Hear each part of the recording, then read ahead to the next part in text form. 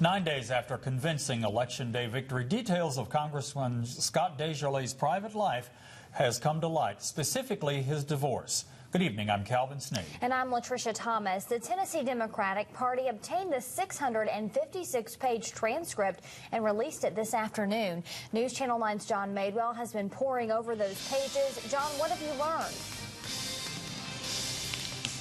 Well, Latricia and Calvin, the transcripts show Congressman DesJarlais, by his own admission, had multiple extramarital affairs. This includes 3 co-workers, 2 patients, and a drug representative. Election night, the victorious congressman and his current wife Amy celebrate with supporters. Throughout the campaign, Congressman Scott DesJarlais wouldn't answer questions about his 2001 divorce. He's a pro-life and family values-based candidate, but today we learn his divorce didn't show that behavior.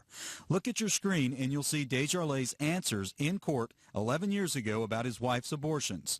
He answers his wife had 3 abortions, 1 prior to them meeting and 2 after they were together. He is asked whose idea the abortions were. He answers he didn't know about the first one and the second 2. One, she was on an experimental drug called Lupron and was not supposed to have gotten pregnant. There were potential risks. It was therapeutic. And one was after she had gotten back from Desert Storm and things were not going well between us, and it was a mutual decision. His wife had medical issues, but DesJarlais said, quote, "I think it was a very difficult and poor choice, and I think that there are probably regrets both ways."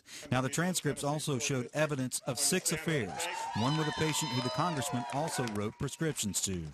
On Election Day, Charles Campbell voted for DesJarlais on the basis of his Christian beliefs. Campbell lives in Winchester and works with the congressman's father-in-law. You'd hope that a fellow human being can forgive someone else for whatever mistakes they've had in the past. On Victory Night, DesJarlais touched on the topic. It's been a second election in a row that's been more about, I guess, a 14-year-old divorce than about the issues, but sometimes I guess that's the way politics goes.